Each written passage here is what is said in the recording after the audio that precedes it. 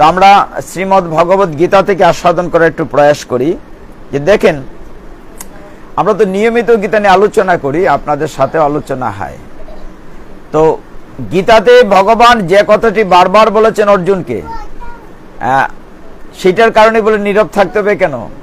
কারণ ভগবান অর্জুনকে বলছেন শৃণু তৎশৃণু। তার মানে কি বলেছেন? শুনো তা শুনো। শোনা মানে not hear but listen. Hear মানে শুধু শোনা, আর লিসেন মানে মন দিয়ে শোনা। এই জন্য ভগবান বলছেন শৃণু তৎশৃণু, শুধু শৃণু বলতেন, শৃণু পরিবর্তে তৎশৃণু বলছেন, অর্থাৎ মন দিয়ে শুনতে হবে। জয় গীতা চ্যানেলে আপনাকে স্বাগত। তিমিরান্ধস্য জ্ঞানাঞ্জন শলাকয়া চক্ষুরুন্মীলিতং येन তস্मै শ্রী গুরুবে নমঃ। হে কৃষ্ণ করুণা সিন্ধু দীনবন্ধো জগৎপতে গোপেশ গোপিকা কান্ত রাধা কান্ত নমস্তুতে। তপ্ত কাঞ্চন গৌরাঙ্গী রাধে বৃন্দাবনেশ্বরী বৃষভানুসুতে দেবী প্রণমামি হরিপ্রিয়ে। নম মহাবদান্নায় কৃষ্ণ প্রেম প্রদায়তে কৃষ্ণায় কৃষ্ণ চৈতন্য নামনে গৌরতীশে নম। নারায়ণং নমস্কৃত্য নরং চৈব নরোত্তমং দেবীং সরস্বতীং ব্যাসং ততো জয় মুদিরয়েৎ। নমঃ বিষ্ণুপাদায় কৃষ্ণ প্রেষ্ঠায় ভূতলে শ্রীমতে ভক্তি বেদান্ত স্বামিনেতে নামিনে। নমস্তে সরস্বতী দেবে গৌরবাণী প্রচারিণে নির্বিশেষ শূন্যবাদী পাশ্চাত্য দেশ তারিণে। বাঞ্ছা কল্পতরুভ্যশ্চ কৃপা সিন্ধুভ্য এব চ পতিতানাং পাবনেভ্যো বৈষ্ণবেভ্যো নমো নমঃ। জয় শ্রীকৃষ্ণ চৈতন্য প্রভু নিত্যানন্দ শ্রী অদ্বৈত গদাধর শ্রীবাসাদি গৌর ভক্ত বৃন্দ। হরে কৃষ্ণ রাম রাম রাম হরে হরে। হরি ওম তৎসৎ।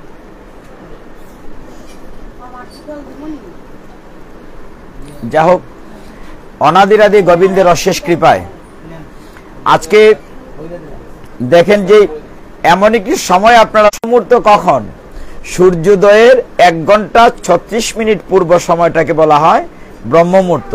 সূর্য ওঠার 1 ঘন্টা 36 মিনিট মানে 1.5 ঘন্টা আগে এই সময়টাকে বলা হয় ব্রহ্ম মুহূর্ত। প্রথম কথাটা হচ্ছে স্নান, তারপর হচ্ছে দান। দানের মধ্যে বিভাজন আছে। প্রথম হচ্ছে তুলসীতে জল দান। এই দেখেন বৈশাখ মাসে আপনার অনেকের বাড়িতে যে একটা ঘটির মধ্যে ছিদ্র করে তুলসীর উপরে জল দেন, জল ধারা দেন, এটা। আরেকটি হচ্ছে দানের মধ্যে, যেমন আজকে গীতা দান হচ্ছে, দানের মধ্যে এই মাসে আমাদের শাস্ত্রগ্রন্থে লেখা আছে আপনার ছত্রদান, পাদুকা দান, মানে ছাতা, জুতা, এইগুলোর উপর খুব গুরুত্ব দেওয়া হয়েছে। আর সাধুগুরু বৈষ্ণবকে আপনি যে কোনো দান দেবেন। এই যে বস্ত্র দান, এই কথাগুলোকে শাস্ত্রে খুব গুরুত্ব দিয়েছে বৈশাখ মাসে, এবং এই কারণে এই মাসটি খুব পুণ্যময়। স্নান এবং দান দুটো কথা মনে রাখলেই হবে। তো আমরা শ্রীমদ্ ভগবত গীতা থেকে আস্বাদন করার একটু প্রয়াস করি। যে দেখেন, আমরা তো নিয়মিত গীতা নিয়ে আলোচনা করি, আপনাদের সাথে আলোচনা হয়। তো গীতাতে ভগবান যে কথাটি বারবার বলেছেন অর্জুনকে, সেটার কারণে বলে নীরব থাকতে হবে কেন? কারণ ভগবান অর্জুনকে বলছেন শৃণু তৎশৃণু। তার মানে কি বলেছেন? শুনো তা শুনো। শোনা মানে নট হেয়ার বাট লিসেন।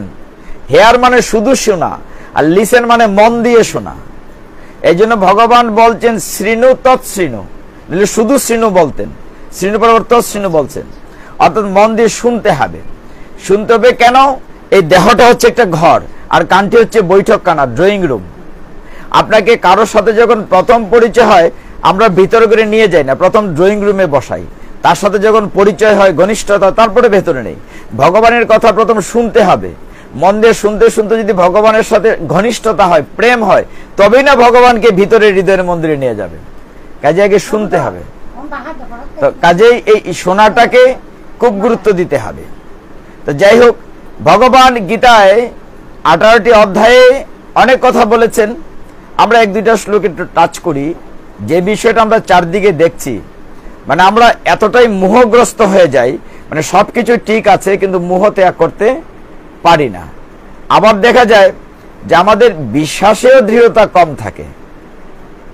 আমরা যতক্ষণ পাঠ শুনি, যতক্ষণ ভক্ত সঙ্গ করি, ততক্ষণ মনে করি এটা ভালোই আছে, কিন্তু পাঠ থেকে উঠে গেলে আবার আমার চলে আসে আর কি। তো যাই হোক, শাস্ত্র কি বলছে? আমাদের 18টি অধ্যায়ের মধ্যে অন্যতম একটি অধ্যায় হচ্ছে অক্ষর ব্রহ্মযোগ। কত নম্বর অধ্যায়? অষ্টম অধ্যায়। অষ্টম অধ্যায় অক্ষর ব্রহ্মযোগ। অক্ষর ব্রহ্মযোগে আমরা 3টা শ্লোককে আমরা ত্রয়ী শ্লোক বলি সবসময়। কোথাও কোথাও গীতা এটা শিকার বিষয় আছে, জানার বিষয় আছে। মানে শুধু একটা শ্লোকে অর্থ না, মানে 3টা শ্লোকে মিলে একটা অর্থ, এটাকে বলে ত্রয়ী শ্লোক। যদি শুধু হেডলাইনটা বলি, পরে বিস্তারিত যাব। যেমন এখানে 5 নম্বর শ্লোকে বলা আছে, আপনারা সকলেই জানেন, অন্তকালে চ মামেব স্মরণ মুক্তা কালে বরম যে প্রয়াতি সমাদ ভাবম জাতি নাস্তত্র সংশয়। এটার অর্থ কি হচ্ছে? শুধু একটা লাইনের যদি অর্থ বলি, ভগবান বলছেন যে মৃত্যুর পূর্বে যদি আমার নাম স্মরণ করো, তাহলে তুমি আমার বাড়িতে ভগবত দানে চলে আসবে। তাহলে আপনার সারা বছর কষ্ট করার দরকার কি? এই বৈশাখ মাস, কার্তিক মাস আর একাদশী দরকার কি? ভগবান গীতায় বলছে যে মৃত্যুর পূর্বে আমার নাম নিলে আমার বাড়িতে চলে আসবে। পরের শ্লোকটা দিয়ে বলছেন 5-এর পরে 6 বলছেন ইয়াম হিয়াম বেপি স্মরণং ভবেন। মানে বলছেন কি? ভাবম তেজন্তে কালে বরম, বলছেন তম তম এ ভৈতি কন্তেও সদা তৎ ভাবং ভাবিত। মানে যে যে ভাব নিয়ে দেহ ত্যাগ করবে, পরবর্তীতে জন্মে সে দেহটি প্রাপ্ত হবে। এইটা হচ্ছে 6 নম্বর শ্লোক। 7-এ গিয়ে বলছেন না, শুধু মৃত্যুর পূর্বে নাম নিলে হবে না, ফিনিশিং দিয়েছেন 7-এ গিয়ে, বলছেন তসমাৎ। তসমাৎ মানে অতএব। আমরা যখন দরখাস্ত লিখি, দরখাস্ত লিখতাম মাননীয় প্রধান শিক্ষক, অতএব কখন বলি? উপরে আরো 2টা প্যারা আছে, এটা শেষ করার পর নিচে গিয়ে বলি অতএব অধীনের বিনীত নিবেদন। তার মানে ওই 2টাকে যুক্ত করে বলতেছে। 7 নম্বরে বলছেন তসমাৎ সর্বেষু কালেষু মাম অনুস্মর যুদ্ধ। অতএব তুমি সব সময় আমাকে স্মরণ করো আর সংসার রূপ যুদ্ধ করো। তার মানে শুধু মৃত্যুর পূর্বে না, বলা হচ্ছে তসমাৎ। তসমাৎ মানে অতএব। তসমাৎ সর্বেষু কালেষু, সব সময়, মাম অনুস্মর, তুমি আমাকে স্মরণ করো আর তুমি যুদ্ধ করো। অর্জুনকে বলছেন, আর আমাদের বেলা হচ্ছে সংসার যুদ্ধ করো।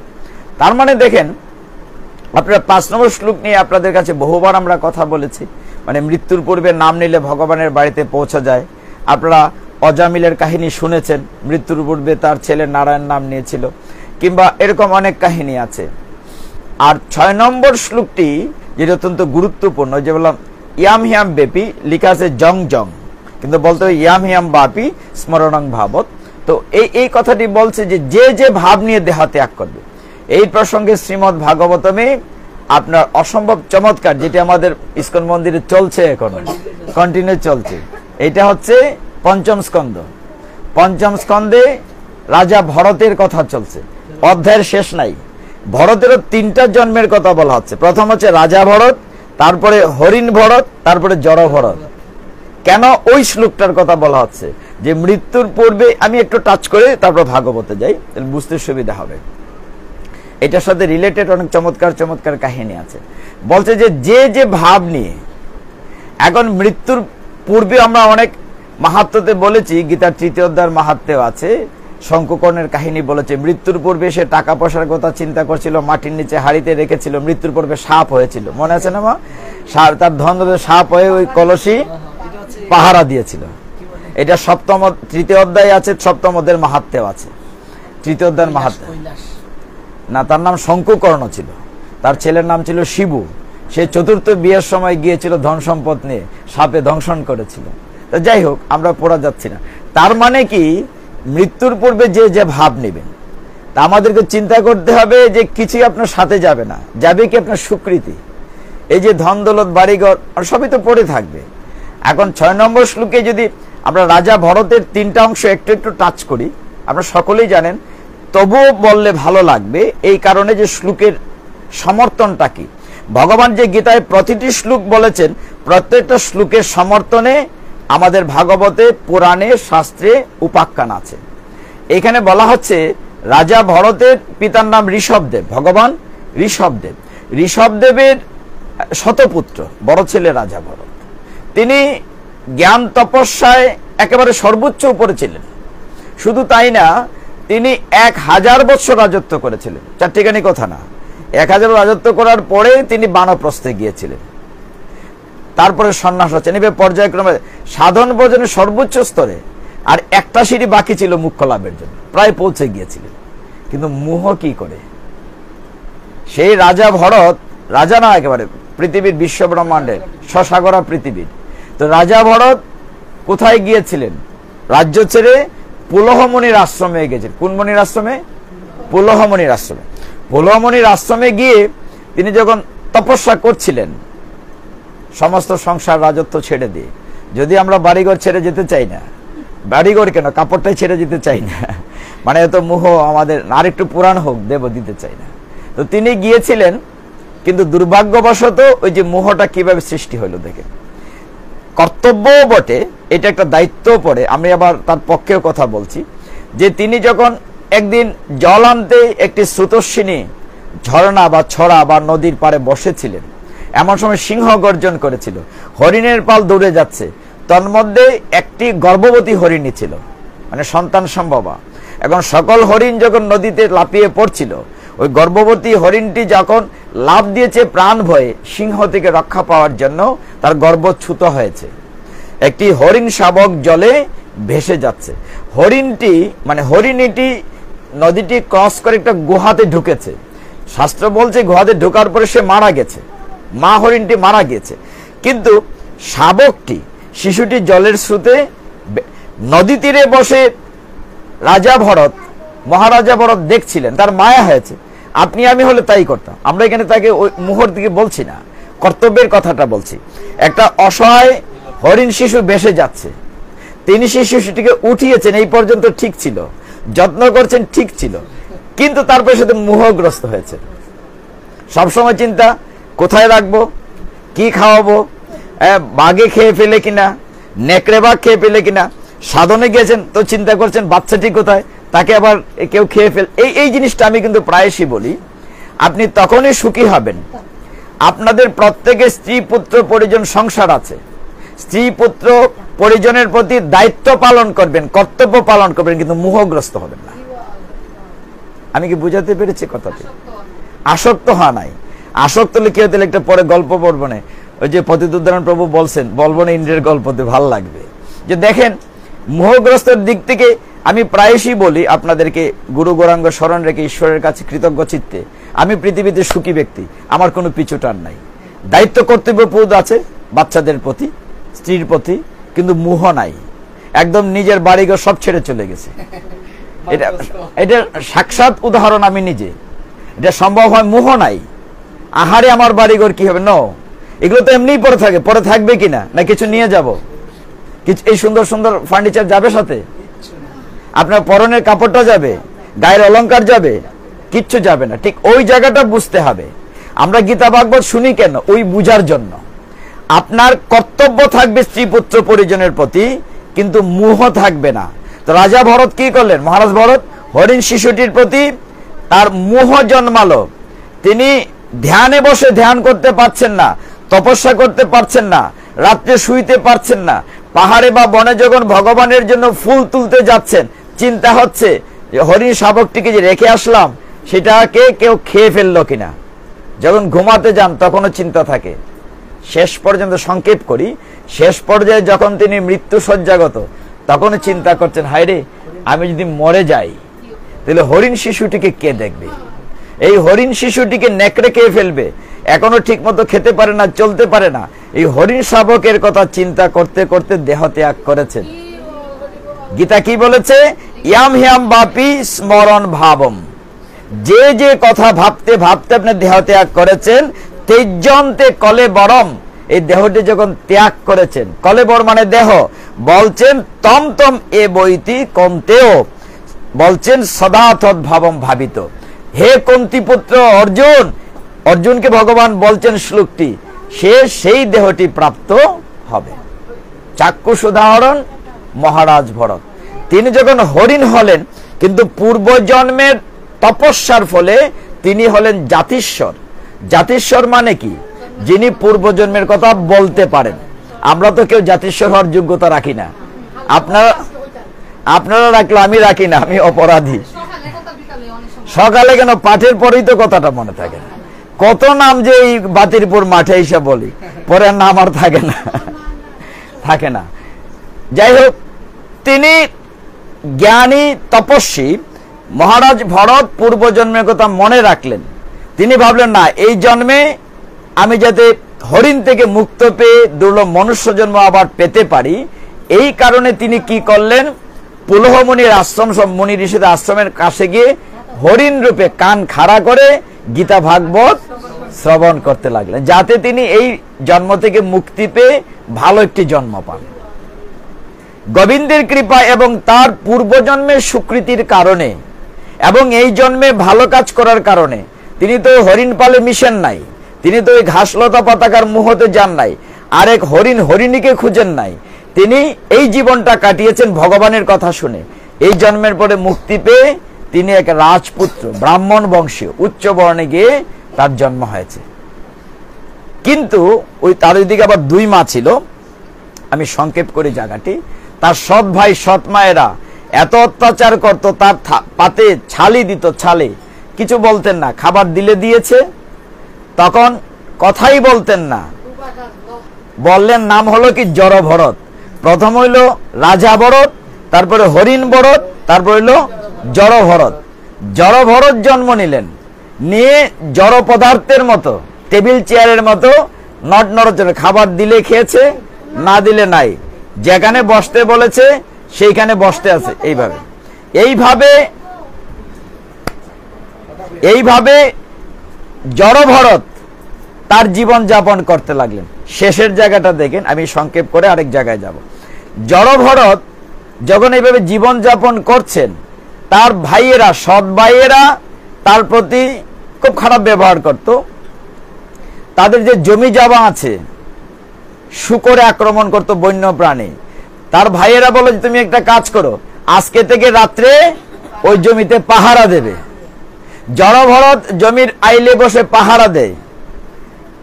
ওই এলাকায় অনেক ডাকাত ছিল, আবার ভাগবতে তস্কর বলছে, তস্কর তো ডাকাত না, তস্কর তো চুর। তো চোর ডাকাত, সেই এলাকায় ডাকাতদের যে সর্দার, তার একটি মানুষ ছিল মা কালীর ভক্ত। ডাকাতরা কালী পূজা করে, তো মা কালীর ভক্ত, মা কালী সে মানুষ করেছিল যদি নরবলি দেয় তাহলে তার একটা পুত্র সন্তান হতে পারে। ভাগবতে সে পুত্র সন্তান প্রার্থনায় সে কালী মায়ের পূজা করত। তো তার যে বাহিনী আছে, দস্যুদের যে আরো লোকজন আছে, তারা একটা লোককে ধরে নিয়ে এসেছিল মা কালীর সামনে বলি দেবে বলে। যে কোনো করে সেটা পালিয়ে গিয়েছে। এখন রাত্রিবেলায় পূজা হবে, অমাবস্যার রাত্রিতে জোগাড় করতে হবে। তো তারা ঘুরতে ঘুরতে গিয়ে দেখে জমির আইলে একটা নাদুস স্বাস্থ্যবান লোক পড়ে আছে, মানে জড় ভরত। তো তাকে ধরে মা কালীর কাছে নিয়ে গেছে। ভাবলো যে আমরা পেয়েছি, সর্দার খুশি হবে। সেই নাদুস লোকটাকে নিয়ে স্নান করিয়েছে। তার যে উপবীত মানে পৈতা, সেটা মাটিতে মলিন হয়েছে। তার তো স্নান টান তেমন না, মানে জড় ভরত মানে মাটিতে যেখানে শুয়ে থাকতো। তার দিব্যজ্যোতি দেহ।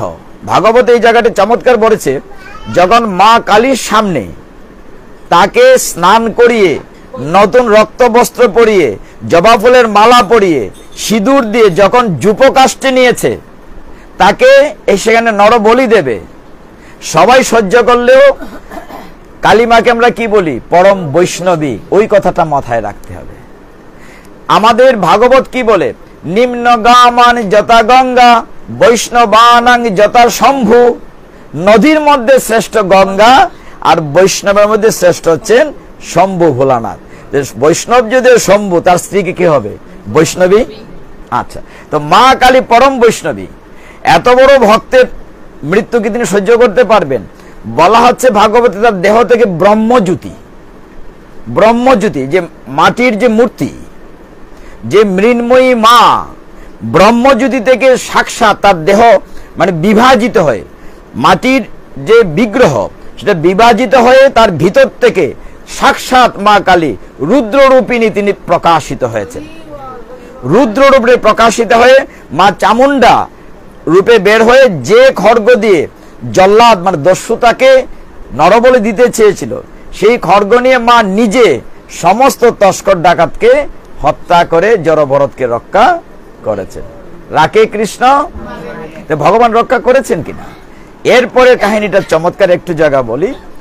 জড়ভরত এর পরের অধ্যায়গুলো, তারপরে হাঁটতে হাঁটতে রাত্রিবেলা যাচ্ছে, কোথায় যাচ্ছে তে রাস্তাঘাট বুঝতে পারছে না। যেতে যেতে এক জায়গায় যাওয়ার পরে সকাল হয়েছে, ওই তাদের রাজ্য ছেড়ে অন্য রাজ্যে চলে গেছে। ওই রাজ্যের রাজার নাম হচ্ছে রহুগণ। কি নাম? কোথাও বলবেন রুহুগণ, যেভাবেই বলে, গণ মানে বহু বচন না, তার নামই রুহুগণ। তো রাজা রুহুগণও কিন্তু জ্ঞানী ছিল, সাধারণ লোক না, যথেষ্ট জ্ঞানী। রাজা রুহুগণ পালকিতে করে যাচ্ছেন। কিসে করে? পালকির যে বেহারা থাকে, 4 বেহারার পালকি আছে, 6 বেহারার পালকি, সামনে 3 জন পিছনে 3 জন, বা সামনে 2 জন পিছনে 2 জন, সেই পালকিতে করে নিয়ে যাচ্ছিল। একজন বেহারার অসুস্থতার কারণে শর্ট পড়েছে। তখন সেই বেহারারা খুঁজতে খুঁজতে দেখে একজন স্বাস্থ্যবান লোক রাস্তার পারে বসে আছে। তো সেই মামনি, তুমিও কথা বলছো, হরি বল। তো সেই বেহারারা যখন দেখলো একজন বেহারার শর্ট আছে, ওই রাজা ভরতকে পেয়ে, জড় ভরতকে পেয়ে পালকিতে যোজনা করেছে। আপনার স্বাস্থ্য ভালো, আপনারা দেখেছেন বা শুনেছেন, যখন পালকিতে বেহারা বহন করে নিয়ে যায়, একটা তাল আছে, হুম নাড়ে হুম না, হুম নাড়ে হুম না, একটা তালে তালে যায়, স্টেপে স্টেপে। একসাথে পা না দিলে পালকিটা যাবে না। এখন জড় ভরত তিনি চিন্তা করেছেন, সর্বনাশ, আগের জন্মে ভুল করেছে, আর ভুল করব না। পায়ের নিচে একটা পিঁপড়া পোকা যাতে না পড়ে, মানে একবার পা ওই দিকে দেন, একবার পা, তখন তো কি হয়েছে, পালকিটা দুলতেছে, মানে তাল ঠিক থাকতেছে না, হুমনা ঠিক থাকতেছে না। ভেতরে রাজা রুহুগণ বলতে, কে কে এরকম করতেছে কেন, পালকিটা দুলছে কেন? তখন অন্যান্য যারা বেহারা ছিল, নিজেদের প্রাণ বাঁচানো রাজার হাত থেকে বলছে, না না মহারাজ, আমরা না, পালকি এমন হচ্ছে কেন, যে নতুন যে বেহারাটা যোগ দিয়েছি এর কারণে। তখন রাজা পালকির ভিতর থেকে রাজা ভরতকে, জড় ভরতকে অনেক বৎসনা করেছেন। শুনলে আপনাদেরও রাগ হবে, খুব বকাঝকা করেছেন। এমন ভাষাতে, এবার তো জীবনে খায় নাই, স্বাস্থ্য তো খারাপ, কিন্তু স্বাস্থ্য কিন্তু মোটা, মানে ঈর্ষা করে, মানে একটু ঠেস দিয়ে কথা বলছেন, যে পালকি তুলতে পারে না, ইত্যাদি ইত্যাদি। তোমার কি মৃত্যুর ভয় নেই পর্যন্ত বলেছেন। রাজা বলছে ঠিক করে চলো, তারপরে এলোমেলো চলছে। তারপর রাজা ভিতর থেকে এমন রাগ করে কথা বলেছেন, তোমার কি মৃত্যুর ভয় নাই? তখন জড় ভরত তাকে জ্ঞান দিতে শুরু করেছেন, এমন জ্ঞান যে তুমি যে দেহটা, মৃত্যুর ভয় কেন, মৃত্যুর ভয় তো থাকার কথা না, এই দেহটা আমারও যাবে, তোমারও একদিন যাবে। দেহটা তো নশ্বর, আত্মা বিনশ্বর। ন এনম চিন্তন্তি শস্ত্রাণি, ন এনম দহতি পাবক, ন চৈনম ক্লেদয়ন্তপ, ন সুশয়তি মারত। এইভাবে যখন তিনি আত্মতত্ত্ব জ্ঞান দিতে লাগেন, তখন ভেতর থেকে রাজা রহুগণ বলে, সর্বনাশ, আমি কাকে বোকা দিলাম? এই আমি মনে করি যে সাধারণ একজন পালকি বেহারা এত জ্ঞান রাখে, তুমি কে? তখন রাজা পালকি থামালেন, পালকি থেকে নেমে চরণে পড়ে ক্ষমা চাইলেন। জড় ভরতে চরণে পড়ে ক্ষমা চাইলেন। এই জায়গাটি খুব চমৎকার। তারপরে অনেক অধ্যায় আছে। রাজা ভরত, জড় ভরত রাজা রোহনকে উপদেশ দিয়েছেন একটা অধ্যায়, তারপরে আবার অতিরিক্ত উপদেশ দিয়েছেন। তারপরে আছে আরো যে সংসার রূপ অরণ্যের কথা। আমরা যে সংসার অনলে, নাকি প্রতিদিন আমরা ভোরবেলা যে গানটি প্রথম গাই, সংসার দাবানল। সংসার দাবানল, দাবানল মানে কি? পাহাড়ের ভিতরে আপনি আপনি যে আগুন জ্বলে, তাকে বলে দাবানল। এটাকে বলে প্রমন্থন। গাছের ডালে ডালে ঘষে যে আগুন জ্বলে পাহাড়কে পাহাড় ছাপ হয়ে যায়। এই সংসারটা এরকম, যেটা একটি দাবানল, যে কোনো মুহূর্তে জ্বলে উঠতে পারে আপনার সংসারে। সংসারের উদাহরণ দিয়ে এখন পর্যন্ত আমাদের ইস্কন মন্দিরে প্রতিদিন পাঠ হচ্ছে, সংসার শেষ হচ্ছে না। এখন সংসার অরণ্যের আলোচনা হচ্ছে। সবকিছুতেই আপনি সুখ শান্তি কখন পাবেন? যদি মোহটা ত্যাগ করতে পারেন। হায়রে আমার বাচ্চাটি খাইলো কিনা, নাতিটি ঘুমাই গেল না, তার প্রতি যতটুকু কর্তব্য ততটুকু করবেন, এর বেশি না। কিন্তু দুর্ভাগ্য হচ্ছে আমরা মোহ ত্যাগ করতে পারি না। এখন মোহ নিয়ে ওই গল্পটা বলে একটু ভাগবতে শেষ করব। দেখেন, মোহটি কি দেবতাদের স্বর্গের রাজাকে দেবরাজ ইন্দ্র। আমরা মোহ নিয়ে কথাটি বলেছিলাম একদিন সুনীল বাবুর বাসায়, ঠাকুরটি মনে আছে কিনা? মোহটি এমন একটি বিষয়, আপনারা অনেকে শুনে থাকবেন, মোহ ত্যাগ করা আসলেই কঠিন। সবকিছু ত্যাগ করা যায়, কিন্তু মোহ ত্যাগ করাটা খুব কঠিন। ত্যাগ করা যায় কখন? যদি আপনি ভগবানকে ছেড়ে দেন, আপনার বিশ্বাস যদি দৃঢ় থাকে। বিশ্বাসটা দৃঢ় আমরা যতক্ষণ পাঠে থাকি ততক্ষণ থাকে, তারপর থাকে না। যেমন আমরা উদাহরণ দিয়ে থাকি, এই যে সারা পৃথিবীতে 84 লক্ষ জুনির মধ্যে আমরা মানুষ মাত্র 4 লক্ষ, 80 লক্ষ অন্য প্রজাতি, জলজ, স্থলজ, খেচর, বৃক্ষ, লতা, কৃমিকীট, গরু, ছাগল, অন্য অন্য প্রজাতি 80 লক্ষ প্রজাতি, আর মানুষ মাত্র 4 লক্ষ প্রজাতি। হ্যাঁ, তো আমাদের ভিতরে সব মানুষ তো একরকম না। আপনি যদি নেগ্রো ফ্যামিলিতে জন্মাতেন তো আপনার চেহারাটা এরকম ফকফকা হইতো না। বা বিভিন্ন রকমের মানুষ আছে পৃথিবীতে, এই 4 লক্ষ প্রজাতি মানুষের ভিতরেও আছে। তো যাই হোক, কিন্তু আপনি একটু ভাবুন, এই যে মানুষ ছাড়া আরো যে প্রজাতি আছে, মনে করেন একেবারে হাঙ্গর, কুমির থেকে, হাতি থেকে ধরে পিঁপড়া পর্যন্ত, তারা কি না খেয়ে আছে? হাতি কি চাকরি করে? পিঁপড়া কি ব্যবসা করে?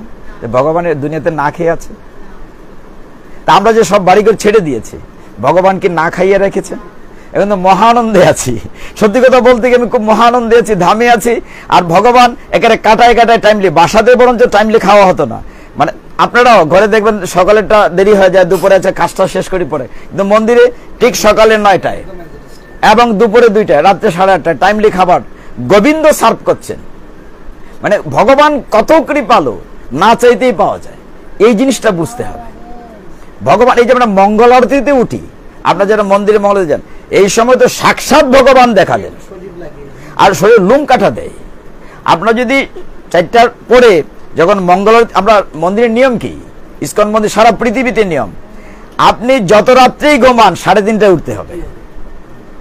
আরে আপনাদের যদি আরো বুড়ো বুড়ো বয়স্ক মাতাজিরা মন্দির আছে, প্রচন্ড শীত গেল যে শীতের মধ্যে মাতাজিরা আমাদের আগে উঠে যায়, এবং কার আগে কে যাবে সকালবেলা একটা প্রতিযোগিতা হয়, নীরব প্রতিযোগিতা। এবং মঙ্গল আরতিতে সমস্ত হলঘরটা লাইট অফ থাকে, শুধুমাত্র ভগবানের উপরে আলো দেয়া হয়, এবং তখন বোঝা যায় লুম খাটা দেয়, মানে জগন্নাথ, বলদেব, সুভদ্রা মহারানী, রাধা মাধব সাক্ষাৎ আপনার সামনে দাঁড়িয়ে আছে। মঙ্গল আরতিতে দর্শন করা মানে চিন্তাই করা যায় না। তো এই যে বিষয়টা বলছি, ভগবান এত আনন্দে রেখেছেন, মঙ্গল আরতি হচ্ছে, এইরকম ভক্ত সঙ্গ হচ্ছে, কীর্তন হচ্ছে, মহাপ্রসাদ পাচ্ছে। ওই জিনিসটাই বলছেন, মোহ ছেড়ে দেন, ভগবান আপনাকে দেখে নেবে। কারণ আপনি, ভগবান কি বলছেন, যে আমি তো হচ্ছে সচ্চিত আনন্দের বিগ্রহ, সবকিছু আসবে। শুধু তাই না, পরম পিতা, ভগবান হচ্ছেন পরম পিতা। পিতার দায়িত্ব পুত্রদেরকে দেখাশোনা করা, খাওয়ানোর। একটু ছেড়ে দেখেন না ভগবান আপনার দায়িত্ব নিচ্ছেন কিনা। ভগবান গীতায় বারবার বলছেন যে সবকিছু ছেড়ে ছুড়ে আমার কাছে তুমি শরণাগত, সর্বধর্মান পরিত্যাজ্য মাম একম শরণাম ব্রজ, একমাত্র আমার কাছে, অনলি টু মি। এই জায়গাটা মনে রাখতে হবে। আমরা সময় কি করি, ঘরে বিপদে, ও কাকিমা, ও দিদিমা, ও জেঠা বাবু, ও দাদা, ঠেলাঠেলির ঘর, বাকিটা কই না। এখন কাকিমা এখন বোধহয় ডাকছে দিদিমারে, দিদিমা এখন ডাকছে দাদারে, অন কেউ আর আজ্ঞায় না, একটা জায়গায় থাকেন। কৃষ্ণস্থ ভগবান স্বয়ং, তাইলে একজন সাহায্য করেন। তো দেবরাজ ইন্দ্র কি করেছে, মোহদে ত্যাগ করা যায় না। মানে মজার ঘটনা আছে। দেবরাজ ইন্দ্র তিনি স্বর্গের দেবতা, স্বর্গের অনেক আরামে আয়েসে আছেন, কিন্তু তিনিও একবার একটি শত্রু দ্বারা আক্রান্ত হয়। শত্রু কি, এই কলিযুগে শত্রু কি দূরে না দেহের ভিতরে? দেহের ভিতরে। আমরা বলেছি যে শত্রু দূর থেকে আস্তে আস্তে কাছে চলে আসছে। সত্যযুগে শত্রু দূরে ছিল, এক লোক থেকে আরেক লোকে, পাতাল লোক থেকে স্বর্গলোকে অসুর আক্রমণ করত। ত্রেতা যুগে শত্রু আরো কাছে আসছে, সমুদ্রের ওই পার আর ওই পার, ওই পারে শ্রীলঙ্কায় রাবণ রাজার, এই পারে রামচন্দ্র। দাপর যুগে এক পরিবারের শত্রু, কৌরব আর পাণ্ডব। আর ত্রেতা যুগ গেল, আর কলিযুগে সে দেহের ভিতরে শত্রু, কাম, ক্রোধ, লোভ, মোহ, মদ, মাৎসর্য। এই জন্য মহাপ্রভু অস্ত্র ধারণ করেন নাই। শত্রুকে কাকে মারবেন? এই দেহের ভিতরে শত্রু, তো আমাকে তো মারতে হবে, তাহলে তার কৃষ্ণ প্রেম প্রতিষ্ঠিত কি করে হবে? এই জন্য অস্ত্র ধরেন নাই। তো দেখেন মজার ঘটনাটি, এই 6টা শত্রুর মধ্যে সবচেয়ে প্রবল হচ্ছে কাম। আপনার গীতায় বলেছেন, অর্জুন যেমন কৃষ্ণকে প্রশ্ন করেছিলেন, হে জনার্দন, কখনো কখনো আমি কাজটি করতে চাই না, কিন্তু কে যেন আমাকে জুড়ে করায়। ভগবান উত্তর দিয়েছিলেন, কাম এস ক্রোধ এস রজগুণ সমুদ্ভব, যে কাম থেকে রজগুণ থেকে কাজ করে। তো দেবরাজ ইন্দ্র, দেবতাদের গুরুদেবের নাম কি? বৃহস্পতি। আমি না বলছি যে মনে রাখার সুবিধা হলো বৃহস্পতিবার আর শুক্রবার। দেবতাদের গুরুদেব হচ্ছে বৃহস্পতি, আর অসুরদের গুরুদেব হচ্ছে শুক্রাচার্য। মনে রাখতে সুবিধা, বৃহস্পতিবার আর শুক্রবার। তো বৃহস্পতি, দেবগুরু বৃহস্পতির পত্নী খুব সুন্দরী। তো একবার দেবরাজ ইন্দ্রের তার প্রতি একটু কাম জাগলো। দৈহিক কোনো আচরণ করেন না, কিন্তু মনে মনে যে চিন্তা করেছেন, এইটি গুরুদেব অন্তর্যামী জেনে ফেলেছেন। হ্যাঁ, তুমি এই চিন্তা করেছো, আমি অভিশাপ দিচ্ছি, তুমি 100 বৎসর পৃথিবীতে যাবে। শুধু তাই না, তুমি যে চিন্তাটি করেছো সেই চিন্তাটি শূকরের মতো চিন্তা। তুমি শূকর জুনিতে তোমার জন্ম হবে। শুধু তাই না, ওইখানে গিয়ে তুমি একটা শূকরই পাবে, আর খাবে খুব ফার্স্ট ক্লাস দামি খাবার, মানুষের বিষ্ঠা, মলমূত্র। এর চেয়ে উৎকৃষ্ট খাবার আর নাই। নর্দমায় জীবন যাপন হবে। গুরুদেব, আমি তো না, তুমি অভিশাপ দিয়েছে। অভিশাপ। দেবরাজ ইন্দ্র পৃথিবীতে আসলেন, নর্দমায় তার বসবাস, একদম নোংরা জগায়, আর খান কি? গুদগুদ গুদগুদ করে মানুষের মল, বিষ্ঠা, এটাই তার প্রিয় খাদ্য। আবার একটা সুকন্যের সাথে তার দেহজ কামনা তাড়না পূরণ করেন। এইভাবে দিন যাচ্ছে, যেতে যেতে খুব আনন্দে, মনে হয় যে পৃথিবীতে এসছে, তার ভালো সুখ নাই। মানে যে যেখানে থাকে, মানে এইটি আমি খুব সুখে আছে, ওইটি মোহ। যখন খুব সুখে আছে, ঠিক সেই সময়টিতে দেখতে দেখতে 100 বছর পুড়িয়ে গেছে। স্বর্গরাজ্যের যেখানে ইন্দ্র থাকেন, অমরাবতী, সেইখানে কি হয়েছে? তিনি দেখলেন, বা দেবতারা দেখলেন স্বর্গে যে 100 বছর পূর্ণ হয়েছে, তারা মহাখুশি, তাদের রাজা আবার ফিরত আসবেন। তারা সমস্ত স্বর্গপুরী সাজিয়েছে, আম্রপল্লব, কদলী বৃক্ষ, পুষ্প দিয়ে, ফুল দিয়ে, পাতা দিয়ে, মানে সমস্ত স্বর্গরাজ্য তারা সাজিয়েছে যে তাদের দেবরাজ ফিরে, মহা ধুমধাম। কিন্তু দেবরাজ ইন্দ্র তো আর আসে না, তার ওই ডিবালা, মানে সুকন্যার সাথে জীবন যাপন করছে, 20 টাকা খাচ্ছেন, কেউ আনতে পারে না, আসে না। দেবরাজকে আনার জন্য ব্রহ্মাজিকে পাঠানো হলো। ব্রহ্মার হেলিকপ্টার, ওই যে শ্বেত হংস, হংস বাহন বলা হয়, তিনি হংস বাহনে ওই নর্দমার তীরে গেলেন। দেবরাজ ইন্দ্রের কাছে গিয়ে ডাকছেন, হে দেবরাজ ইন্দ্র, ফিরে চলো, তোমার 100 বৎসর পূর্ণ হয়েছে। তাকাই না, ভাবছে আর কাউকে ডাকছে, তাকাই না। আবার বলছে, হে দেবরাজ ইন্দ্র, তুমি ফিরে চলো, তোমার 100 বছর শাস্তি শেষ। আমাকে বলছেন? বলে তোমাকে বলছি। কোথায় যাব? বলে স্বর্গে। স্বর্গ কি আমার নর্দমার চাইতে সুন্দর? স্বর্গ কি আমার নর্দমার চাইতে সুন্দর? বলে না, নর্দমার সাথে অনেক সুন্দর। এখানে অমরাবতী আছে, সেইখানে মানুষ কোনোদিন বৃদ্ধ হয় না। কয় না না, আমি এখানে খুব আনন্দে আছি, আমি যাব না, কোনোভাবেই যাব না, খুব পিড়াপিড়ি বলছে। তখন ব্রহ্মাজি বলেন, তাকে তো নিতে হবে। বলেন, তুমি যা চাও দেবো, তুমি চলো তো আমার সাথে। বলেন যে আমি 3টে জিনিস চাইবো, দেবে তুমি এখানে? বলে নিশ্চয়ই দেবো। স্বর্গীকে আমাকে নর্দমা দেবে, এরকম ময়লা আবর্জনা, ভাই তোমাকে নর্দমা দেবো। তো বলে ব্রহ্মাজি আরেকটা জিনিস, সেখানে গেলে কি আমি ফার্স্ট ক্লাস 20টা পাবো খাবার? মানে ওই রকম খাবার পাবো কিনা? হ্যাঁ, পাবে। স্বর্গে একসাথে ভালো খাবার না, এটা পাবো তো? বলে পাবো। বলে সেখানে কি শুকরই পাবো?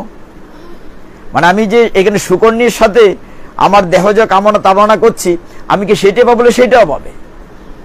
ব্রহ্মাজি তাকে কুমণ্ডলের জল দিয়ে পূর্বের দেহটি প্রাপ্ত করেছেন। আপনি চিন্তা করেন না কিরকম মোহ হয়েছে। আমরা তো এই জায়গাটিতে আছি, এটা তো একটা কথার কথা, কিন্তু এই যে বিষয়টি, আমরা কি রকম সংসার সাগরের মোহ প্যাকের ভিতরে ডুবে আছি। দেবরাজ ইন্দ্রকে নিয়ে গেলেন, তার পূর্বের দেহ ধারণ করে ব্রহ্মাজি নিয়ে গেলেন। সমস্ত স্বর্গ সাজানো হলো, সবাই তাকে রিসিভ করার জন্য ঢাক ঢোল বাজাচ্ছে, দুন্দুবি বাজাচ্ছে, আনক বাজাচ্ছে, রণবেরি বাজাচ্ছে, চারদিকে সুগন্ধ। দেবরাজ ইন্দ্র এদিক ওদিক তাকাচ্ছে। এমন সময় দেবরাজ ইন্দ্রের স্ত্রী শচীদেবী সেজে গুজে মালা নিয়ে দাঁড়িয়ে আছেন। হঠাৎ ওই দিক দেখে তার পূর্বস্মৃতি মনে হয়েছে, আরে আমি তো এই রাজ্যের রাজা ছিলাম। যখন তিনি রওনা হয়েছেন শচীদেবীর দিকে, ব্রহ্মা বলছেন ঠেরো, থামো, কিন্তু তুমি যাচ্ছ কোথায়? তোমার তো এইদিকে যাওয়ার কথা না, তুমি উল্টো দিকে যাও, তোমার জন্য নর্দমা তৈরি করা আছে। তোমার তো এইদিকে যাওয়ার কথা না। চারদিকে সখীরা, পরিচারিকারা, হ্যাঁ, চাকর চাকরিরা, তারা কি করছে? পাত্রে করে ফুল নিয়ে আসছে, মিষ্টান্ন নিয়ে আসছে, লাড্ডু নিয়ে আসছে, ওইগুলোর দিকে না না, তোমার জন্য 20টা রাখা আছে। তুমি তো আমাকে শর্ত দিয়ে এসেছো স্বর্গে যে ওই 3টা জিনিস পেলে তুমি আসবে, তুমি এটা চাচ্ছ কেন? তুমি ওই দিক চলো। ব্রহ্মা আটকাচ্ছেন। এমন সময় কি আর করা, তখন গুরুদেব আসছেন, চরণে পড়ে ক্ষমা চাইছে, প্রভু আমার অনেক অপরাধ হয়েছে। ব্রহ্মার কাছে প্রথম ক্ষমা চেয়েছে, বলছেন আমি তো তোমাকে বলি নাই, অপরাধ করেছো গুরুর চরণে, গুরু মার চরণে, তুমি সেখানে ক্ষমা চাও। তো এই মোহ মানে কিরকম খারাপ জিনিস। আপনি মোহগ্রস্ত হলে আপনি দেখেন, মোহর জন্য একটি ছোট যন্ত্র আছে, তার নাম মোবাইল। এটা বিশ্বাস করেন কেউ? মোবাইলের জন্য একটা একটা মোহর জন্য একটা মোবাইলই যথেষ্ট।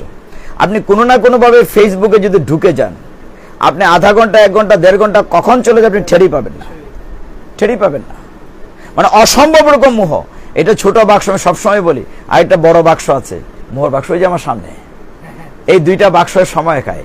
মাঝে মধ্যে বলি না মজা করে, তবু আজকে আরেকবার বলি, এই যে বৃদ্ধা মাতাজিরা, বয়স্ক যারা আছেন, আপনাদের জন্য না, যারা বয়স্ক আছেন তাদের সময় দিন ছিল 40 ঘন্টায়, আর আপনাদের দিন হচ্ছে 24 ঘন্টায়।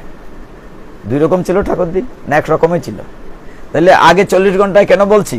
আগে মাতাজিরা এই বাটা মশলা দিয়ে রান্না করতেন, কাঁচা লাকড়ি দিয়ে সুঙ্গা দিয়ে ফয়ে রান্না করতেন, ঘর লেপতেন, উঠান ছিটা দিতেন, রান্না বাড়া শেষ করে আমি দেখছি ঠাকুর দুদু জেঠিমারা একসাথে বসে রামায়ণ মহাভারতের গল্প করতেন, খাতা সেলাই করতেন, পাঙ্কা সেলাই করতেন, ভগবানের মালা গাঁথতেন।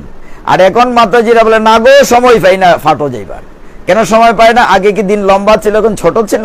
দিন তো এক সমানই আছে। তাহলে সময়টা কে খায়? 2টা বাক্স খায়। একটা বাক্স বড়, যার নাম জি বাংলার সিরিয়াল। এক বিটি দিন কইতেছে, ওগো এক বেলা ভাত না দিলে চলবো, কিন্তু সিরিয়াল না দেখলে হইতো না। মানে কি রকম আসক্তি, কি রকম আসক্তি।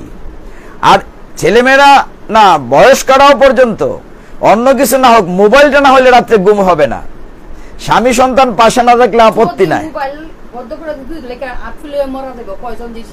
হরি বল। তাহলে দেখেন, চিন্তা করেন কত বড়।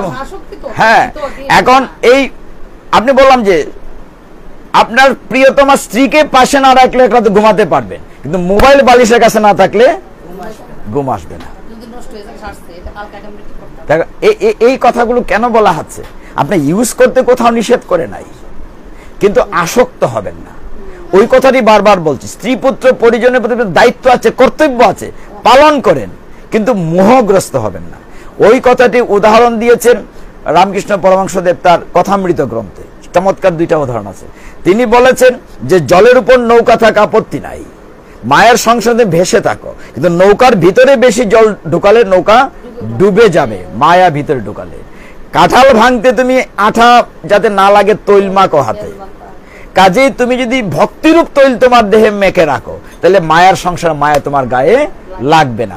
তুমি পাকাল মাছের মতো থাকবে, পেকে থাকবে, পাক লাগবে না, এইভাবে বলা হয়েছে। যা হোক, এই হচ্ছে মোহর কথা।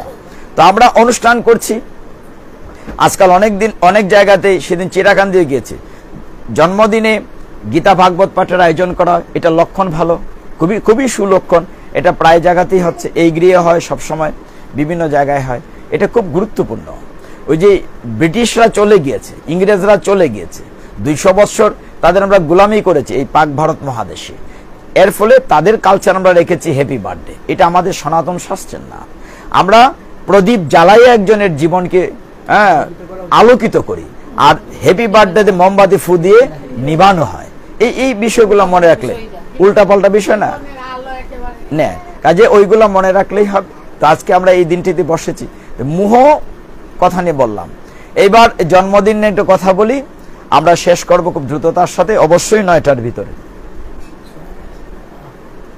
আমরা 8টায় শুরু করেছি, 1 ঘন্টায় শেষ করব। তো দেখেন, শ্রীমদ্ ভাগবতমে কয়টা স্কন্ধ? কয়টা স্কন্ধ? নাই, রোজই কিন্তু ক্লাস করাই, ভুলে যায়। 12টা স্কন্ধ না, সবসময় দেখা হয়। কয়টা স্কন্ধ? 12টা স্কন্ধ। 12টা স্কন্ধের মধ্যে আপনার যে স্কন্ধ, প্রতিটি ছোট ছোট অন্যান্য স্কন্ধ নিয়ে বাইরে যখন বড় আকারে পাঠ হয় প্রভু, তখন আনকমন বিষয় নিয়ে কথা বলি। মনে করেন একেবারেই এই মৎস্যবতার নিয়ে কথা বলি, মানে যেগুলো নিয়ে আলোচনা হয় না এগুলো নিয়ে আলোচনা করি বাইরে যখন বড় এরিয়া থাকে। আজকে জন্মদিনের আলোচনাটি কোথায় আছে? যেটা হচ্ছে দশম স্কন্ধে আছে, কৃষ্ণের জন্মের সাথে। কৃষ্ণের জন্মের পরে পঞ্চম অধ্যায়ে জন্মদিনের অনুষ্ঠান। নন্দ মহারাজ যে অনুষ্ঠানটি করেছিলেন, যেটাকে বলে নন্দ উৎসব, সেটা হচ্ছে দশম স্কন্ধের পঞ্চম অধ্যায়। কত অধ্যায় বলেছি মনে রাখার দরকার নাই। দশম স্কন্ধের পঞ্চম অধ্যায়, ভাগবত খুলে দেখবেন। সেখানে নন্দ মহারাজ, যেমন আজকের দিনটাতে যে জন্মদিন হচ্ছে, নন্দ মহারাজ কিন্তু বৃদ্ধ বয়সে সন্তান পেয়েছেন, অনেকদিন পরে সন্তান পেয়েছেন।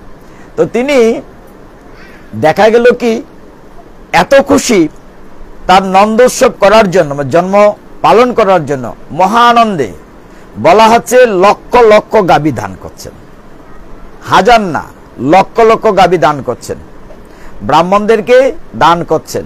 এই গাভীগুলো কিন্তু শালং করা বলা হচ্ছে। গাভীর শিঙে, পায়ে, মানে গায়ে অলংকার, স্বর্ণের খাড়ো, স্বর্ণের শিং লাগানো, গায়ে বস্ত্র আছে, শালাং করা গাভী দান করছেন। আর টাকা পয়সা সোনা দানার তো অভাবই নেই, সারাদিন মান তিনি দান করছেন আর মানুষকে খাওয়াচ্ছেন, যত পারো খাও। নন্দমহারাজ এরকম করছেন। এর বিবরণটি ভাগবতের 2-3 পৃষ্ঠা পর্যন্ত আছে, কিভাবে দান দক্ষিণা করছে।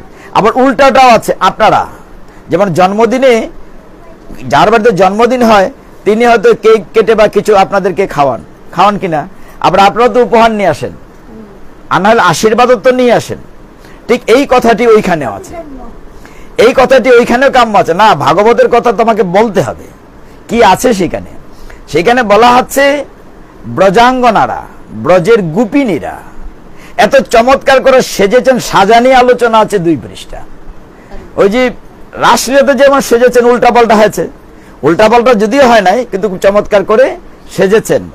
নন্দের বেটাকে দেখতে যাবেন, কৃষ্ণকে না, কানাইকে দেখতে। তাদের কাছে তো ভগবান না, নন্দের ছেলেকে দেখতে যাবেন। শুনেছি খুব সুন্দর একটা ছেলে হয়েছে, গায়ের রং কালো, নবগণার শ্যাম, কিন্তু তার কালো শরীর থেকে আলো ছড়াচ্ছে। সবাই বলছে গায়ের রং কালো হলে কি হবে, সেই দেহ থেকে আলো ছড়াচ্ছে, দেখতে যাবে। সকলে খুব সেজেছে। এই সাজার বিবরণটি বলা হয়েছে যে গোপিনীরা কুমকুম মেখেছে, কাজল দিয়েছে, কুণ্ডল দিয়েছে, তাদের মানে দেহের বর্ণনা দেখাচ্ছে যে কিরকম তাদের দেহের গঠন। এরকম সুন্দর পোশাক পরে তারা মহানন্দে উপহার নিয়ে যাচ্ছে, নন্দের ছেলেকে দেখবে, তাকে গিয়ে সাজাচ্ছে, আনন্দ করছে। এই করতে করতে পুরা একটা অধ্যায়, দশম স্কন্ধের পঞ্চম অধ্যায়। এই অধ্যায়ের শেষের দিক থেকে আমরা পরের অধ্যায়ে যাব। শেষের ঘটনাটি দেখেন। সারাদিন দান দক্ষিণা হয়েছে, মহানন্দ হয়েছে, নন্দ মহারাজ মহাকুশী, নন্দমাও ব্যস্ত, রোহিণী মাও ব্যস্ত। রোহিণী মা কার মা? বলরামের মা, বসুদেবের স্ত্রী। তো রোহিণী মাও খুব ব্যস্ত, বলরামকেও সাজিয়েছেন, 2 ভাইকে নিয়ে আনন্দ করছেন।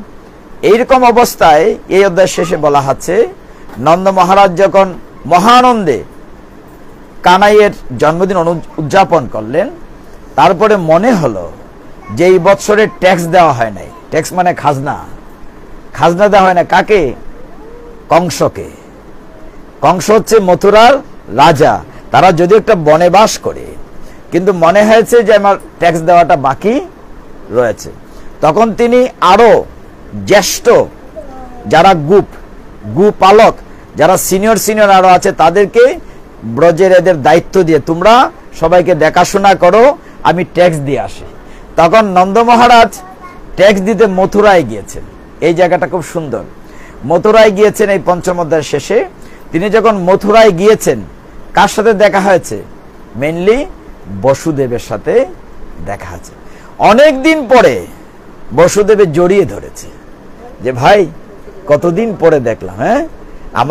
হ্যাঁ বসুদেব দেখা হয়েছে যে বন্ধু কতদিন পরে, ভাই কতদিন পরে দেখলাম, শুনেছি তোমার নাকি একটা এই বয়সে একটা পুত্র হয়েছে। তার পুত্রই তো ওখানে গিয়েছে। বলছে এই কথা বলছে না, বলেছে যে অনেকদিন পরে শুনলাম তুমি এই বয়সে একটা পুত্র পেয়েছো, খুব খুশির সংবাদ, ও কেমন আছে।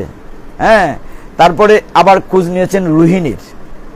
বলরাম কেমন আছে, ওইটা তো তার স্ত্রী, সন্তান খবর নিয়েছে, কিন্তু কৃষ্ণকে বলছেন না আমার সন্তান, বলছেন যে তোমার সন্তানটি কেমন আছে। এই জায়গাটা খুব চমৎকার। ভাই ভাই জড়াজড়ি করে অশ্রু বিসর্জন হয়েছে, আনন্দ অশ্রু মিলন হয়েছে, খোঁজখবর নিচ্ছেন। অনেকক্ষণ খোঁজখবর নেওয়ার পরে খাজনা ট্যাক্স যখন দেয়া শেষ হয়ে গেছে, তখন বসুদেব একটা কথা বলেছেন যে ভাই তুমি দেরি করো না, ব্রজে ফিরে যাও।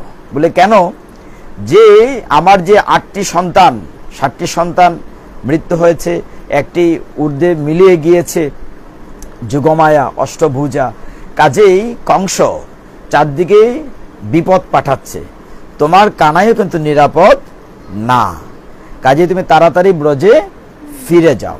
এটা হচ্ছে পঞ্চম অধ্যায়ের একদম শেষ কথাটি, ফিরে যাও, তোমার সন্তানের জন্য বিপদ হতে পারে। তখন নন্দ মহারাজ ফিরে আসছেন, আস্তে আস্তে যে ঘটনাটি ঘটেছে এটা হচ্ছে ষষ্ঠ অধ্যায়। পুতনা কি বলেন আপনারা? পুতনা বধ বললে হবে না, কি বলতে হবে? পুতনা উদ্ধার বলতে হবে, বধ বলবেন না। ভগবানের হাতে যার মৃত্যু হয় সে উদ্ধার পায়। শিশুপাল উদ্ধার হয়েছিল না? কংস উদ্ধার হয়েছে। তো পুতনা, আমরা আরেকদিন বলেছি কথাগুলো, যে প্রতিটি কাহিনীর পিছনে কাহিনী থাকে। যেমন যে শিশুপালের পিছনে কাহিনী অনেকদিন বলেছি, দ্রৌপদীর বস্ত্রের কথা বলেছি। আপনারা দেখেছেন ভগবান যখন বামন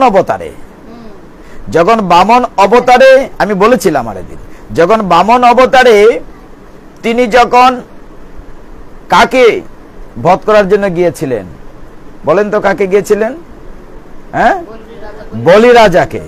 বলিরাজার গুরুদেব হচ্ছেন শুক্রাচার্য, যেহেতু অসুর। শুক্রাচার্য চিনে ফেলেছিল বামনকে, এই তুমি দান দিতে যাও না, ও তো বামন অপরাধের ছোট একটা বালক দিয়েছে, বালক না, ও স্বয়ং বিষ্ণু, তোমাকে মারার জন্য এসছে। কিন্তু দানবীর বলি মহারাজ কি বলেছিলেন, যে তুমি ঘোষণা দিয়েছি যে যা চাই তাই দেব, আমি দেব। তখন আচমন করতে হয়, প্রথম আচমন করার জন্য ওই যে কমণ্ডলের ভিতরে পোকা হয়ে ঢুকেছিলেন শুক্রাচার্য, যাতে জল না পড়ে, কাটকা দিয়ে ছিদ্র জল এনেছিলেন, এতে করে শুক্রাচার্য একটা চোখ কানা হয়েছিল। এই জায়গার পরের কথাটা বলতে চাচ্ছি, ঘটনার পেছনে ঘটনাটা কি। সেখানে বলি মহারাজের একটি মেয়ে ছিল, মেয়েটির নাম রত্নমালা। কি বলেছি? নাম মনে থাকবে? রত্নমালা যখন দেখেছিল বামনরূপী ভগবানকে, বামনরূপী ভগবানকে দেখে এত মায়া লেগেছে, ওই শিশুটিকে দেখে রত্নমালার এত মাতৃ স্পৃহা এসেছিল, হায় রে, এই শিশুটি যদি আমার হতো, এইটি যদি আমার সন্তান হতো, তাহলে আমি কুলে নিয়ে আদর করতে পারতাম। আহারি সন্তান যদি আমার হতো, তাহলে আমি তাকে স্তন্যদুগ্ধ পান করাতে পারতাম। ভগবান বলেন তথাস্তু। এই শিশুটি যদি আমার হতো, বলেন তথাস্তু, তাকে যদি স্তন্যদুগ্ধ দিতে পারতাম, তথাস্তু। কিছুক্ষণ পরে ঘটনাটি কি হয়েছে, রত্নমালা দেখছে এরকম। কিছুক্ষণ পরে যখন ত্রিপাদ ভূমি চাইলেন ভগবান বামন রূপী, স্বর্গমত 2 পায়ে ঢেকে দিলেন, তৃতীয় পা রাখার জায়গা নেই। হ্যাঁ, হে বলি মহারাজ, তুমি কথা দিয়েছ 3 পায়ের সমান ভূমি দান করবে। কত বড় দানবীর, সে মাথা পেতে দিয়েছে, সে খারাপ না, চিন্তা করতে হবে। মাথা পেতে দিয়েছে, মাথার উপরে ভগবান পা দিয়ে তাকে সুতল লোকে, পাতাল না বলার সুতল লোকে। এবং তার পূর্বে কন্ডিশন ছিল, ভগবান আমি তোমাকে সব দিচ্ছি, আমার একটা শর্ত আছে। শর্ত কি? ঘুম থেকে উঠে যেন আমি তোমাকে দর্শন করতে পারি। কথাগুলোর অনেক তথ্য আছে, আমরা বলি মহারাজ নিয়ে কথা বলেছি অনেকদিন। তো সুতুল লোকে যাওয়ার পরে যে ফিলার ছিল, দারোয়ান রূপে ভগবান সেখানে তার ডিউটি করেছেন, মানে ঘুম থেকে উঠে পাহাড়া দিয়ে বেরিয়ে ভগবানকে দর্শন হতো বলি মহারাজ সুতল লোকে গিয়ে। তো তখন যখন বড় হয়েছে, বিশাল দেহ, আর তার বাবাকে পাতালের সুতলে ঢুকিয়ে দিচ্ছে, তখন রত্নমালা বলছিল, হেরে আমি তোকে পুত্র রূপে চেয়েছি, তুই কিনা আমার বাবাকে মেরে ফেলছিস। হ্যাঁ, বলছে তুই এত বড় নিষ্ঠুর, যদি ভবিষ্যতে তোকে আমি সন্তান রূপে পাই বা না পাই, আমি তোকে স্তন্যদুগ্ধ দিতে চেয়েছি, তো স্তনের মধ্যে বিষ দিয়ে তোকে মেরে ফেলবো। ভগবান বলেন তথাস্ত। মানে আপনি চাইতে গুলো হিসাব করে চাইতে হবে। ভগবান কিন্তু বাঞ্ছা কল্পতরু, আপনি যেটা বাঞ্ছা করবেন সেটা পূর্ণ হয়ে যাবে। তো বলছেন তথাস্ত। এই রত্নমালা এইখানে এসে দাপর যুগে হয়েছে পুতনা। ক্লিয়ার? মানে কাহিনীর পেছনের কাহিনীটা এটা, যে পুতনা যখন মাত্র ভগবানের 6 দিন বয়স, ষষ্ঠ দিনে বলা হচ্ছে ভাগবত। শ্রীমদ্ ভাগবতম দশম স্কন্ধে 6ষ্ঠ অধ্যায়, এবং এই অধ্যায়ের শেষের একটা শ্লোক বলে শেষ করব। সব শেষে দেখবেন কি অমৃত একটা শ্লোক আছে, 44টা শ্লোক আছে 6ষ্ঠ স্কন্ধে, 44। তো এখানে কোনোভাবেই কোথাও খুঁজ পাওয়া যাচ্ছে না। পুতনা কোনো না কোনোভাবে খুঁজ পেয়েছে যে এই ব্রজে নন্দ মহারাজের ঘরে একটি সন্তান এসেছে অষ্টমীর দিনে। এখন অষ্টমীর দিনে কৃষ্ণপক্ষের ভাদ্র মাসের অষ্টমী তিথি রোহিণী নক্ষত্রে যে সন্তানটি এসেছে সেটি তার মৃত্যু। দূত কংসের কাছে যখন খবর গিয়েছে, দূতে যখন এই খবরটা দিয়েছে যে কংস অমুকের ঘরে অষ্টমীর দিনে জন্মে নিয়েছে একটা শিশু আছে, তখন তিনি কাকে ডাকলেন? পুতনাকে ডাকলেন। কংস পুতনাকে ডাকলেন। পুতনা তার সামনে আবির্ভূত হলো, একটা কালো ধোঁয়ার ভিতর থেকে আবির্ভূত হলো, যে বলেন মহারাজ কি সেবা করতে পারি? বলে তুমি অমুকের গৃহে খবর পেয়েছি, অষ্টমীর দিনে জন্ম নিয়েছে, সম্ভবত সেই আমার হত্যাকারী, তাকে তুমি মেরে ফেলো। তখন দূত আবার বলছিল, মহারাজ তুমি যে বলছো ওই অষ্টমীর দিন তো এই ব্রজে তো আরো শিশু জন্ম নিতে পারে, এখন কে তোমার মৃত্যু দূত হতে পারে? তখন পুতনা বলছিল, মহারাজ চিন্তা করেন না, ওই বয়সের যত শিশু আছে সবাইকে মেরে ফেল, তাহলে তো তুমি নিশ্চিন্ত। কংস খুব খুশি, বলছে ঠিক আছে তুমি যাও। পুতনার সবচেয়ে বড় একটি গুণ ছিল, সেটি হলো সে বিভিন্ন রূপ ধারণ করতে পারত। সে একটা বিকট রাক্ষসী, মায়াবী ছিল, যে কোনো রূপ ধারণ করতে পারত। যখন সে ব্রজে গিয়েছে তার দেহের বর্ণনা দেখা আছে, বলা হয়েছে যেন সাক্ষাৎ লক্ষ্মী দেবী হাতে একটা পদ্ম ফুল নিয়ে আসছেন। এত রূপসী, এত সুন্দরী, ব্রজে থাকে দেখে যেই মাথা যে জিজ্ঞাসা করছে, ওগো তোমাকে তো দেখিনি কখনো, তোমাকে নতুন দেখছি। বলে না, হ্যাঁ, মানে অন্যরকম একটি ব্যাপার সেবার, সে তো আকাশ পানে উড়ে যেতে পারত। এই পুতনা নিয়ে আরেকটি কাহিনী আছে। আপনারা আমরা যখন কথা বলি প্রহ্লাদ মহারাজের কাহিনীটিতে, কিংবা যখন আমরা দুটি সন্তান দুর্গা মায়ের কাহিনীতে বলি, তখনই কথাটি আকাশ যে উড়ে গিয়েছিলেন। তো পুতনা কি করেছে? সুন্দর একটি রূপ ধারণ করেছে, এত রূপ মানে তাকে দেখার মতো, মানে সাক্ষাৎ লক্ষ্মী দেবী। যখন সে যাচ্ছে, খুঁজতে খুঁজতে গিয়েছে নন্দ মহারাজের বাড়িতে, অনেক শিশুকে হত্যা করে। এরকম দৃশ্য অনেক দেখেছেন, যে বাইরের দোলনাতে একটা বাচ্চা কান্না করছে, ভিতরে মা, বাচ্চা কান্না করছে দুগ্ধের জন্য। ভিতর থেকে মা বলছে, কান্না করিস না বাচ্চা, আমি আসছি। বাচ্চা কিন্তু ছোট, সে তো উত্তর দিচ্ছে না, সে কান্না করছে। ওই বাড়িতেও পুতনা গিয়েছে, গিয়ে দেখেছে দোলনাতে শিশুটি পড়ে আছে, হাত পা নাড়াচ্ছে, শিশুটিকে কোলে নে, তো দুগ্ধ চাচ্ছিস, তোকে জনমের দুগ্ধ খাওয়াই। কালকুট বিষ স্তনে মাখা ছিল, শিশুটির মুখ দিয়ে সেবড়া বেরিয়ে গেছে। এই দৃশ্যগুলো আছে ভাগবতে। তো ওই দুলনাতে রেখে দিয়েছে। তো ওই মা যখন ঘর থেকে বেরিয়েছে, ওই বাচ্চাকে দুধ দেবে, কৃষ্ণকে না। বাইরে দিকে মনে করছে বাচ্চা ঘুমিয়ে পড়েছে, না খেতে খেতে কুলে নিয়ে দিকে ঠান্ডা হয়ে গেছে, সর্বনাশ, মরে গিয়েছে, মুখ দিয়ে একদম সেবড়া বেরিয়ে গেছে। মানে এরকম অনেক শিশু হত্যা করেছে। কিন্তু মজার ব্যাপারটি দেখেন, এই অধ্যায়ে ষষ্ঠ অধ্যায়ে দশম স্কন্ধে যখন পুতনা নন্দমহারানী ঘরে ঢুকলেন, সকলে অবাক হয়েছে, সুন্দরী একটি মেয়ে এসছে, দেখার মতো লক্ষ্মী দেবী। বলছে, শুনেছি গো তোমাদের ঘরে নাকি অনেকদিন পরে, আমি একটু দেখতে চাই। নন্দমহারানী কিন্তু প্রথম দাঁড়িয়েছিলেন, দেখতে দেননি, সন্দেহ ছিল। তারপরে কোনো না মায়াবিত, কোনো নামে ভুলিয়ে ফেলে, ও দেখতে দেবেন, আমি দেখতে চাই, সবাই দেখতে যা। তখন দেখতে গিয়েছিল, নন্দমহারানী বাইরে এসছেন। তখনকার কাহিনী আপনারা জানেন, কৃষ্ণকে যেই কুলে নিয়েছেন মেরে ফেলার জন্য, স্তন্যদুগ্ধ দিয়েছেন, যেই কুলে নিয়েছেন ভগবান চোখ বন্ধ করে ফেলেছে। এই জায়গাটিতে ভাগবতের অনেক কিছু শিক্ষণীয় আছে। ভাগবত মন দিয়ে খুলবেন, পড়বেন, 21টি কারণ দেয়া হয়েছে কেন তিনি চোখ বন্ধ করলেন। নন্দ মহারানী বাইরে গেলেন, পুতনা ভিতরে গেলেন। ভিতরে গিয়ে 6 দিন বয়স, 70 দিন এই শিশুটিকে যে কুলে নিলেন, এমন সময় স্তন্যদুগ্ধ দেবেন, কিন্তু কানাই চোখ বন্ধ করলেন।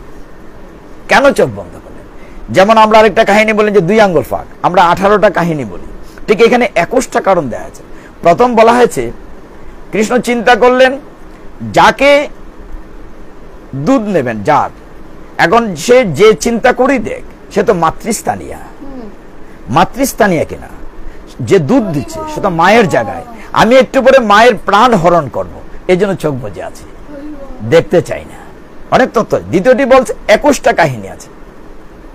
দ্বিতীয়টি বলছেন ভগবান যে আমি যদি চাই, আমরা কি বলি, এই যে পদকর্তারা কি বলেন, কৃষ্ণ হয় সূর্য সম বলে কি করেন, মায়া হয় অন্ধকার, যথা কৃষ্ণ তথা নাহি মায়ার অধিকার। আরেকটা কথা বলেন সুন্দর এইভাবে যে কৃষ্ণ এমন একটি বিষয়, মানে কৃষ্ণ আছে মানে কেন মায়া নাই। এখন এই পুতনা তো মায়াবী, আমি যদি তাকাই তাইলে তার এই সুন্দর রূপটা থাকবে না, আসল রূপ প্রকাশিত হবে, রাক্ষস হয়ে যাবে, তারপর বাড়ির সবাই ভয় পাবে, এখন তাকাতে পারবো না। কৃষ্ণ তাকালেই তার মায়াবী চেহারা আর থাকবে না, সে হয়ে যাবে রাক্ষসী, এই জন্য তাকান নাই।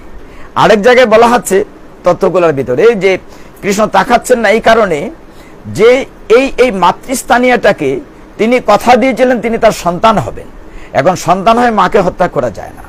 আর সবচেয়ে বড় কথা হচ্ছে যে তিনি পুতনাকে যদি এখন প্রাণবায়ু হরণ করেন ঘরের ভিতরে, তাহলে ঘরের ক্ষতি হবে, এখন না, তাকানো যাবে। এরকম অনেকগুলো তথ্য দেওয়া আছে, আমরা আরেকদিন আলোচনা করবো ডিটেলস, কারণ সবকিছুকে থামানো যায়, সময়কে থামানো যায় না। তো পুতনা যখন তাকে কুলে নিয়ে কি বলেছে, তার স্তনের মধ্যে কি বিষ ছিল, কালকুট বিষ, এই নে তো মৃত্যু, শেষ জীবনের খাওয়া খেয়ে নে। যেই কৃষ্ণকে স্তন্যদুগ্ধ দিয়েছেন পুতনা, দুগ্ধ টেনেছেন, দুধের সাথে সাথে তার প্রাণবায়ুটাকেও টেনে নিয়ে যাচ্ছে। এই জায়গাটা দেখেন কেমন টেনে নিয়ে যাচ্ছেন প্রাণবায়ু।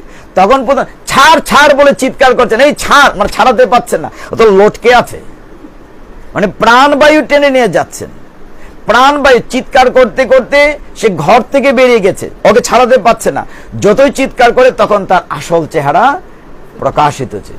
বলা হচ্ছে কয়েক যোজন, মানে কয়েক মাইল বিশাল দেহ, তার দেহের বিবরণ দেয়া আছে 2 পৃষ্ঠা।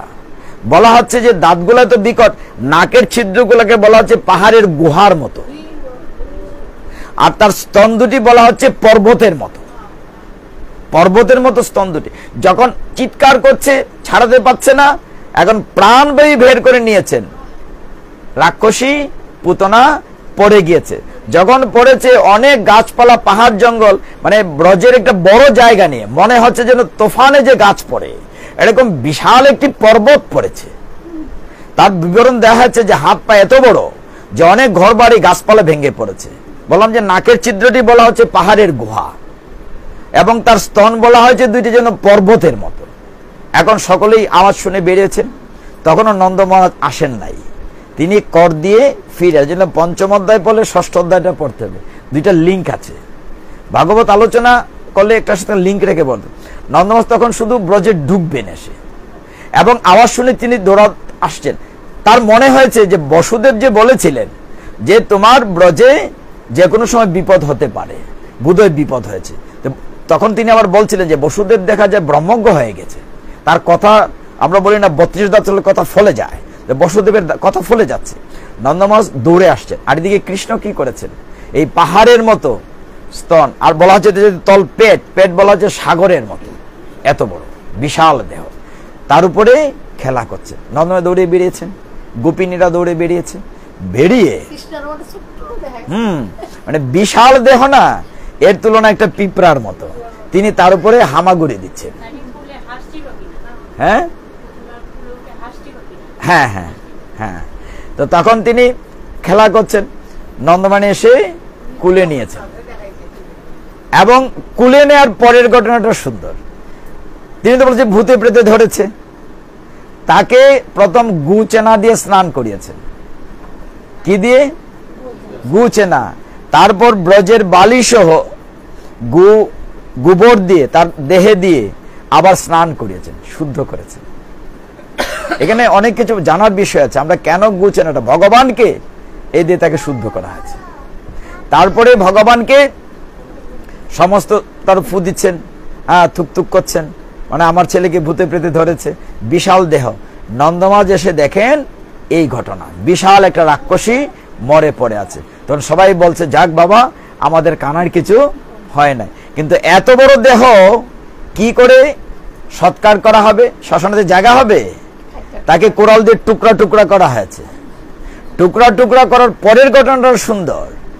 যখন এই পুতনার দেহটিকে শেষকৃত্যানুষ্ঠানের করার জন্য, দাহ করার জন্য শ্মশানে উঠানো হয়েছে, তখন চারদিকে ধূপ ধুনার চন্দনের সুঘ্রাণ বেরিয়েছে। ঠিক তখন নন্দ মহারাজ ঢুকেছিলেন, ঘ্রাণ শুনেছিলেন।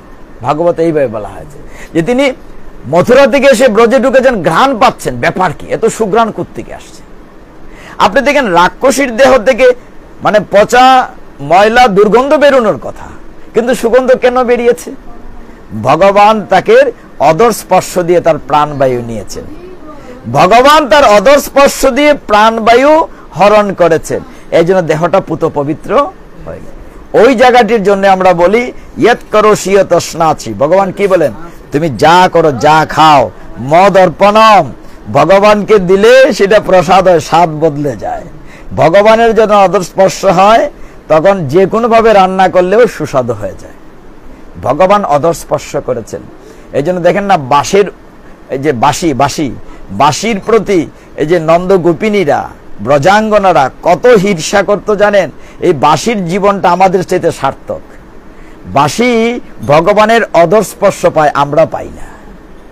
বাঁশি কত জন্মের পুণ্য যে নিয়ে এসছে, কত কোন ঝাড় থেকে এসছে, যে ভগবানের অদর স্পর্শ মানে ভগবানের চুমু পাচ্ছে, বাঁশি আমরা পাচ্ছি না। বাঁশির সাথে ঈর্ষা করত ব্রজাঙ্গনারা। তো সেই পুতনা যখন শেষকৃত্যানুষ্ঠান করা হলো, নন্দরাজ এসে যখন দেখলেন এই অবস্থা, কানাইকে কুলে নিয়ে মাথায় চুম্বন করলেন, কুলে আদর করে তুলে নিলেন। এই অধ্যায়ের শেষের শ্লোকটা বলে আমরা শেষ করব।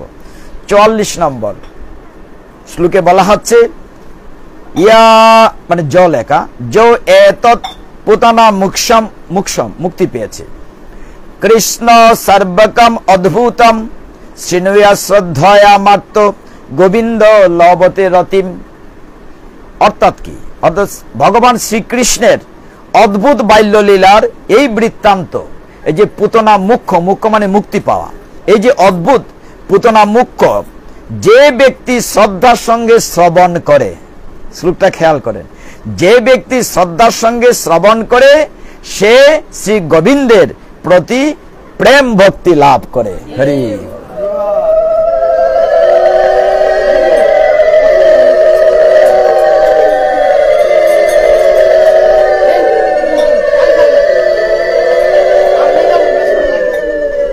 গোবিন্দ লভতে রতিম।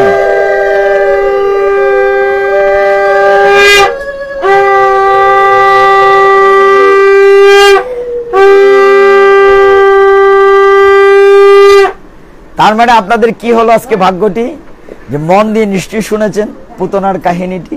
এই জন্য ভগবান ভাগবতে সুখদেব গোস্বামী বলছেন পরীক্ষিত মহারাজে, য এতৎ পুতনা মুক্ষম কৃষ্ণ সর্বকম অদ্ভুতম শ্রীনুয়ে শ্রদ্ধয়ামর্ত গোবিন্দ লভতে রতি। বলছেন ভগবান শ্রীকৃষ্ণের অদ্ভুত বাল্যলীলার এই যে বৃত্তান্তটি পুতনাবদের বা পুতনা মুক্তির, যে শুনবে শ্রদ্ধার সাথে তার শ্রী গোবিন্দের প্রতি প্রেম ভক্তি লাভ হবে। এই কারণে বলছি যে এই অধ্যায়টি আজকে খুব চমৎকার। আজকে আমরা এখানে বিশ্রাম রাখবো।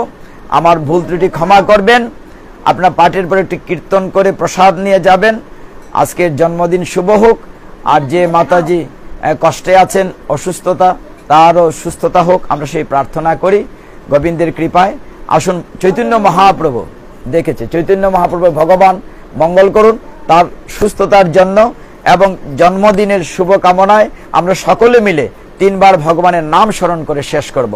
হরে কৃষ্ণ কৃষ্ণ কৃষ্ণ হরে হরে, হরে রাম রাম রাম হরে হরে, হরে কৃষ্ণ কৃষ্ণ কৃষ্ণ হরে হরে, হরে রাম রাম রাম হরে হরে, হরে কৃষ্ণ কৃষ্ণ কৃষ্ণ হরে হরে, হরে রাম রাম রাম হরে হরে।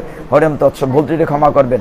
ওম যদস্কর পরিভ্রষ্ট মাত্রহীনঞ্চ ইয়দ্ভবেৎ পূর্ণং ভবত তৎসর্বং তৎপ্রসাদাৎ জনার্দনম।